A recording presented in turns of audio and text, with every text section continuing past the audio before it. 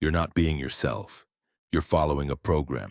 Every decision you make, every reaction you have, it's not random, it's patterned, conditioned, predictable. What you call personality is just the strategy you built to avoid pain, and the longer you run it without seeing it, the more control it has. This isn't about growth, it's about exposure. You want real change? It starts with naming the trap you're in. Let's get to it. These 6 traps are based loosely on the Enneagram. But this isn't personality typing. This is control pattern recognition. Each one is a lie you swallowed early. Each one is a strategy that worked once, so well you never stopped using it. But it owns you now. And unless you expose it, it will use your intelligence against you. These aren't personality quirks. They're operating systems with one goal: survival at the cost of your soul. If you can't name it, you'll keep obeying it, blindly, permanently. 1. The reformer, the prison of perfection. You think you're trying to do the right thing, but you're just terrified of being wrong. You chase perfection not because it's noble, but because you think mistakes mean you're broken. You call it discipline. It's anxiety with a mask. You don't relax, you tighten, you don't improve, you fixate. And the reward? A mind that never shuts up, a body that never unwinds, relationships that never feel safe. You drive people hard. You drive yourself harder. You're not inspiring. You're exhausting. You act like the world needs your standards. It doesn't. It needs your presence. You say you're trying to help. But what you're really doing is avoiding vulnerability. You correct others so they can't correct you first. You perfect things so you won't be judged. But in the process, you become the judge of yourself, of everyone, of life. The lie is this: if you get it perfect, you'll find peace. You won't. You'll just raise the standard again. Freedom starts when you stop measuring your worth by flawlessness and start building it on courage. If that wasn't you, don't relax. The next one probably is. 2. The giver, the prison of being needed. You help, you serve, you sacrifice, not because you're kind, because you're scared. You think love is earned through usefulness. So you give more than anyone asked for. Every gift comes with a hook. Every favor has an invoice. You resent people for taking you for granted, but you set the game up that way. You never say what you need. You expect them to read your silence. You call it generosity. It's manipulation with a smile. You overfunction to avoid rejection. You make yourself indispensable so you won't be discarded. But here's the catch. You abandoned yourself first. You've trained others to see your needs as invisible because that's how you see them. You're not being selfless. You're being scared. Here's the truth. You're not being used. You're avoiding your own needs. You're not strong because you serve everyone. You're strong when you stop abandoning yourself. Love doesn't require exhaustion. It requires honesty.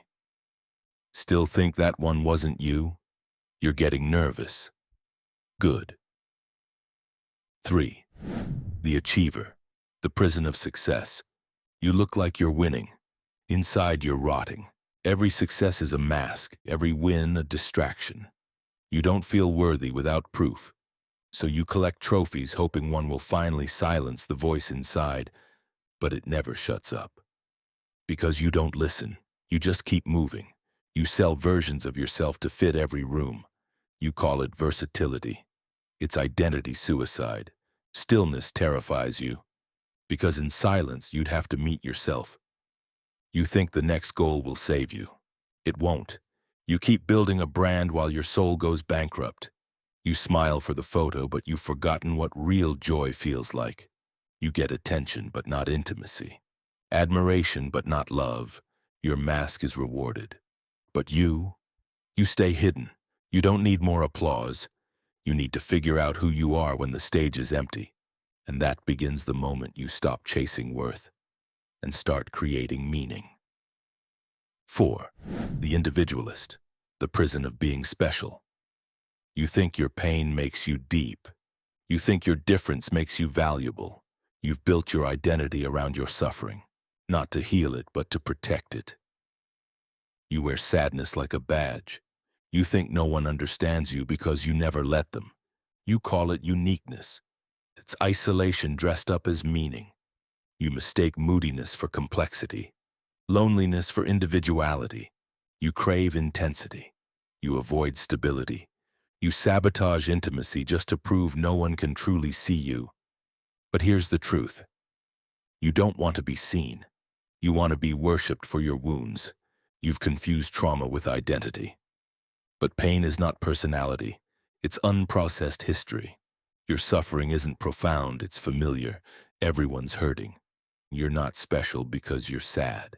You're special when you stop needing your pain to be seen and start building a life that isn't defined by it. Most people aren't afraid of pain. They're afraid of losing the identity they built on it. 5. The Investigator, the prison of knowledge. You hide, you study, you wait. You think more knowledge means more safety. But it's not learning. It's avoidance. You've confused information with power.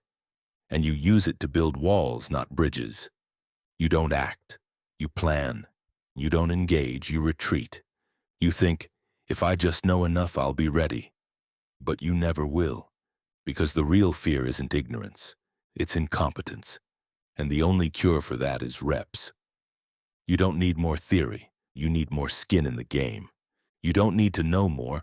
You need to risk being wrong. The world doesn't reward knowledge. It rewards movement. Knowledge is not power. Action is. Get in the ring. The longer you wait, the more capable you feel, but the less capable you become. 6. The Loyalist, the prison of fear. You want to feel safe, so you build rules, follow systems, find leaders. But here's the trap. You don't trust them. You just don't trust yourself more. You look confident, but you second-guess everything. Your loyalty is fear-based, and your preparation is disguised panic. You call it responsibility. It's overthinking on a leash. You've made fear your compass, and wonder why you're always lost. You expect betrayal, so you provoke it just to confirm your suspicions. You follow rules, but you never feel secure. Because the rules aren't the issue. Your fear is. The world isn't safe. That's not the problem. The problem is that you think someone else can make it safe for you. They can't. The only certainty you'll ever find lies in your spine, not in your surroundings. Courage isn't the absence of fear, it's walking forward anyway. Conclusion. These 6 types, they're not you. They're what you became to survive. But survival strategies turn toxic when they're never questioned. You want change? Stop optimizing the pattern. Start breaking it. You weren't born to repeat code, and you were born to rewrite it. No one's coming to save you. No one cares how you feel, only what you do next. Here is final takeaway.